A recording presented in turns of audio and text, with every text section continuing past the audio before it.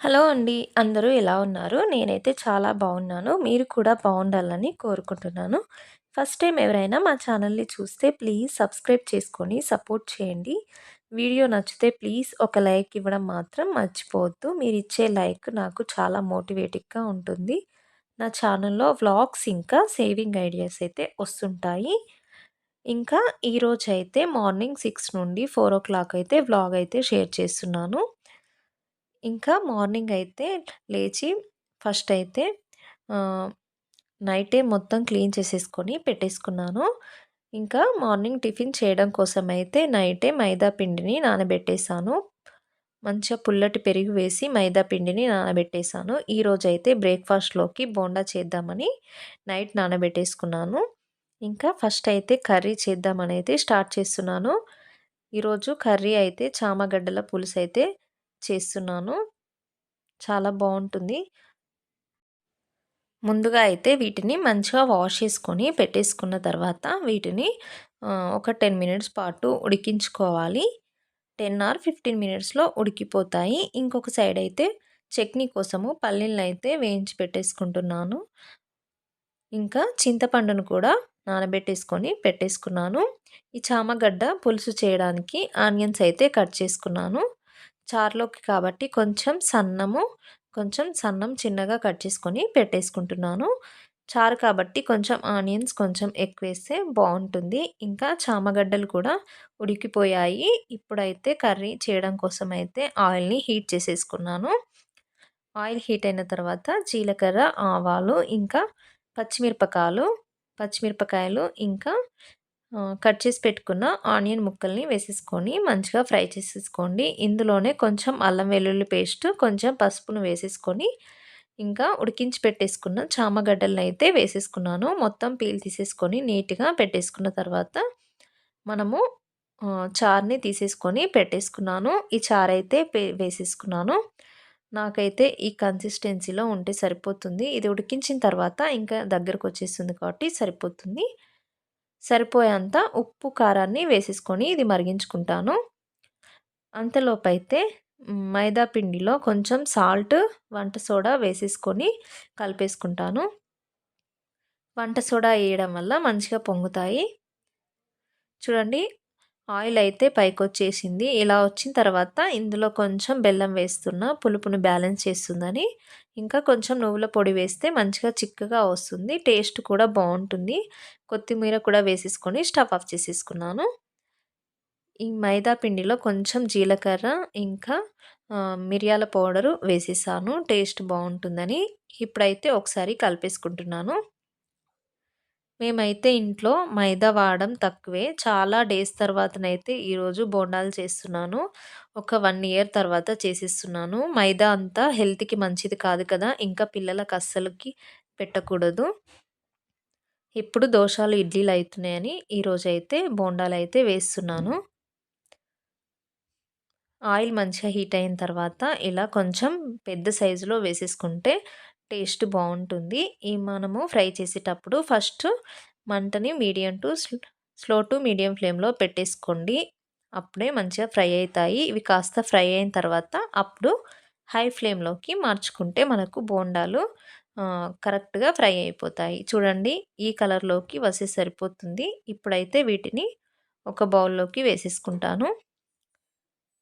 ఇంకా ఇందులోకైతే పల్లీ చట్నీ చాలా బావుంటుంది టేస్ట్. ఇంకా టిఫిన్ అయితే రెడీ అయిపోయింది. బోండాలు ఇంకా కర్రీ కూడా రెడీ అయిపోయింది. మనము మార్నింగే వంట చేసేసుకుంటే డే మొత్తం ఖాళీగా ఉండొచ్చు. కర్రీ కూడా చేసేసాను. స్కూల్స్ స్టార్ట్ అయ్యాయి కాబట్టి మార్నింగే కర్రీ చేసేసుకుంటే వర్క్స్ అన్నీ కంప్లీట్ అయిపోతున్నాయి. ఈ 2 అయితే పక్కన పెట్టేసుకుంటున్నాను.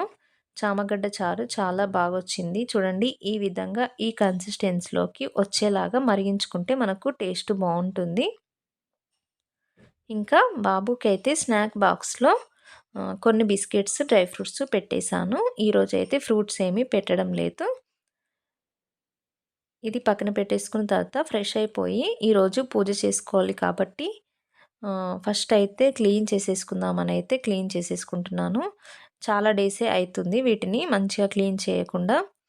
అందుకే కొంచెం చింతపండుని అప్లై చేస్తున్నా. మనము ఫస్ట్ చింతపండుని అప్లై చేసి తర్వాత పీతాంబరి పౌడర్‌ని వేసి వాష్ చేసుకుంటే తెల్లగా మంచిగా వస్తాయి. 2 వీక్స్‌కి ఒకసారైనా ఇలా వాష్ చేసుకుంటే మంచిగా నీట్‌గా కనిపిస్తాయి. ఎప్పుడు కొత్త వాటిలాగా ఉంటాయి.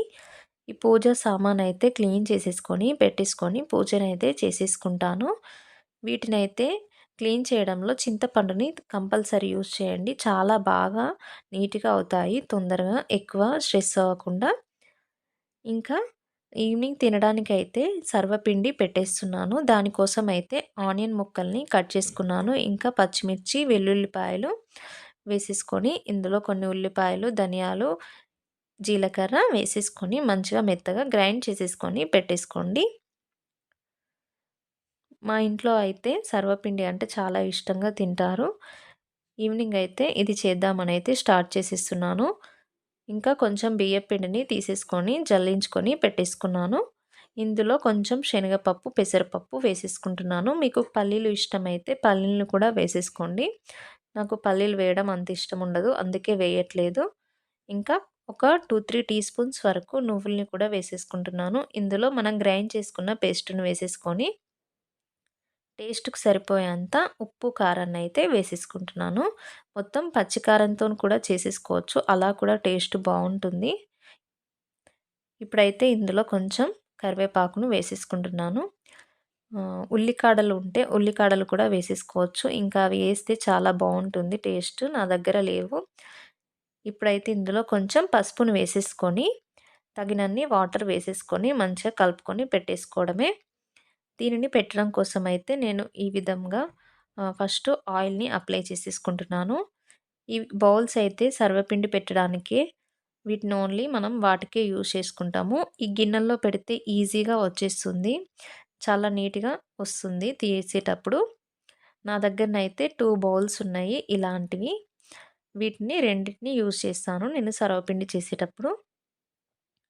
ఇలా ప్రెస్ చేసుకున్న తర్వాత ఇందులో ఒక 2, 3 టీ స్పూన్స్ వరకు ఆయిల్‌ని వేసేసుకొని, కొన్ని వాటర్ వేసేసుకొని, మూత పెట్టేసుకొని మనము కుక్ చేసుకోవడమే. అది పెట్టేసాను. ఇప్పుడు నెక్స్ట్ ఇంకొక బౌల్‌ని కూడా పెట్టేస్తున్నాను.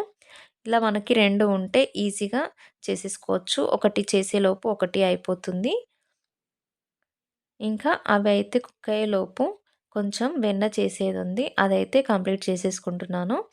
ఒక పని అయ్యేలోపు మనం ఇంకొకటి చేసేసుకుంటే ఎక్కువ వర్క్స్ ఉండవు.